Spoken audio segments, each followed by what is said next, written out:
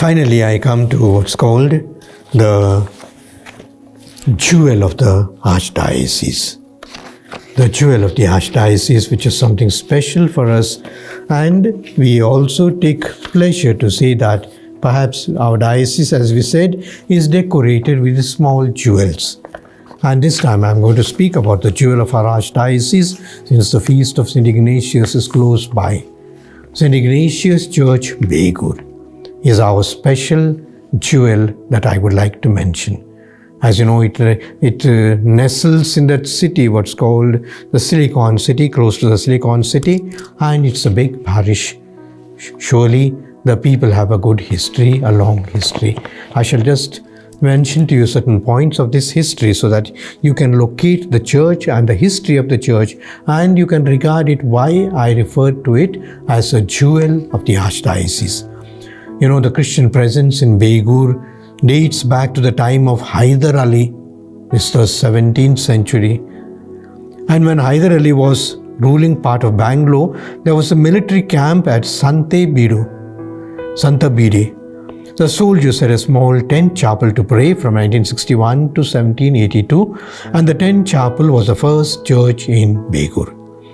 The ministry of the MEP fathers, which was spread all over the Archdiocese and also what we call the Mysore mission in so many other places, began also, and the Jesuit congregation was suppressed, and that's why the MEP fathers took the charge in 1773.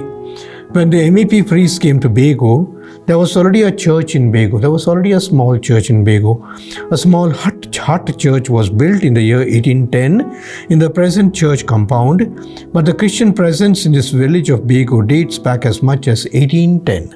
Prior to the first church in the compound, the sacramental ministry was organized by a catechist who traveled from Chikkaballapur to Anekal, and the ministry of the catechist dates back to 1775-1780.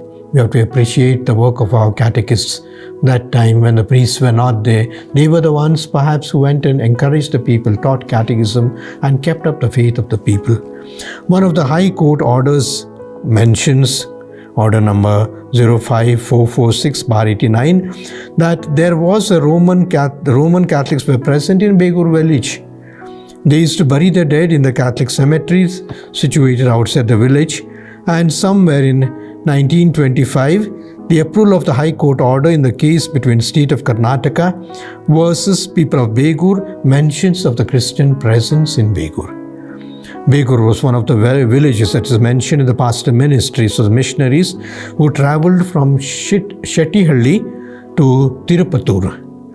In 1742, under the leadership of Father Alexius Smaraldo, people celebrated the feast of St. Francis Xavier, and to celebrate this feast, people from all over, especially the villages of Begur, Chikkamanalli, Kamanalli, Somnalli, Kanakapura and Harabale came for the feast.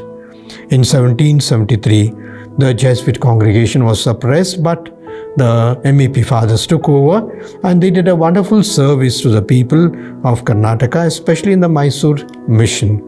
In 1881, as I've said, the first church was built, and Father Jarige was the first priest who regularly came to the village of Begur for pastoral ministry, and eventually he became the first parish priest in 1847.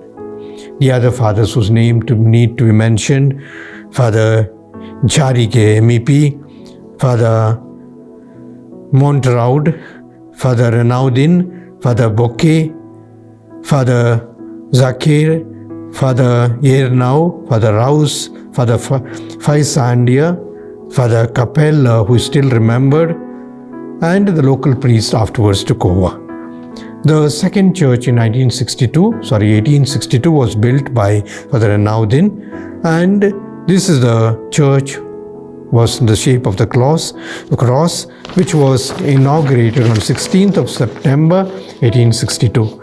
Bishop Charbonneau and 5 priests and around 300 to 400 people were supposed to have been present at the inauguration of this church. The third church was built in the time of Father Antappa of late happy memories, and the new church built by Antapa was dedicated to St. Ignatius. The foundation for the third church was laid on 2nd March 1959 and was inaugurated by our first Archbishop Thomas Pathakumari on 15th of December 1960. So what we have, the new and the beautiful church, is the fourth church. And this church, as you know, was a dream project of the Begur people, supported very much by the Archdiocese and the priest. Father Sagai Raj, who is now in Dorsan Palya, is the one who started this church. He did most of the work, and since his term of office was over, he had to be transferred to another place, and Father Sebastian Arukya Swami took over from him and completed the new building of the church. The new building of the church was inaugurated for good fortune of the church and the parishioners that the Apostolic Nuncio, Most Reverend Leopoldo Girelli, was with us, and he inaugurated the church on the 23rd of April 2022. The building took almost 5 years to be built. The foundation was laid on 13th August 2017 by our Archbishop Emeritus Bernard Morris, who was also present for the inauguration of the church, and I was also there.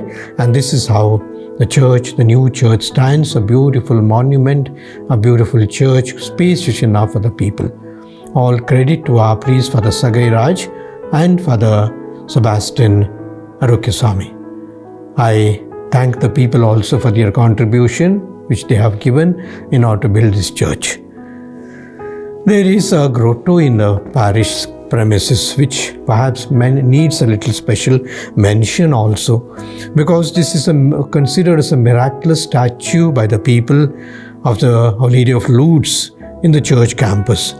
The grotto is the thanksgiving of the people of Begur for the prayers received by the intercession of the Blessed Virgin Mary. Prior to 1944, there was famine in the village of Begur, and people in large numbers, fearing this particular famine and disease, came to considered were helpless and came to seek the help and intercession of Mother Mary. The entire village prayed to Mother Mary for healing and better life, and they received their prayers, and the life of the people improved a lot. Miraculous cures are even reported by the people who say that my grandfather was saved, my grandmother was saved. And at that time, the one who took a lot of initiative was Father R.P.J. Gratian, who built this grotto and inaugurated it on 1st August 1944. And ever since, the grotto remains there. They also celebrate every year the feast of the grotto, is as it were, the what we call the celebration of Mother Our Lady of Lourdes feast at the grotto is also celebrated much. And even today, there are a lot of people who have devotion to Mother Mary, have experienced small cures and miracles perhaps. So therefore, this is Begur. This is St. Ignatius Church Begur, which for us is a shining model, an example. I consider it, as I said, jewel of the Archdiocese.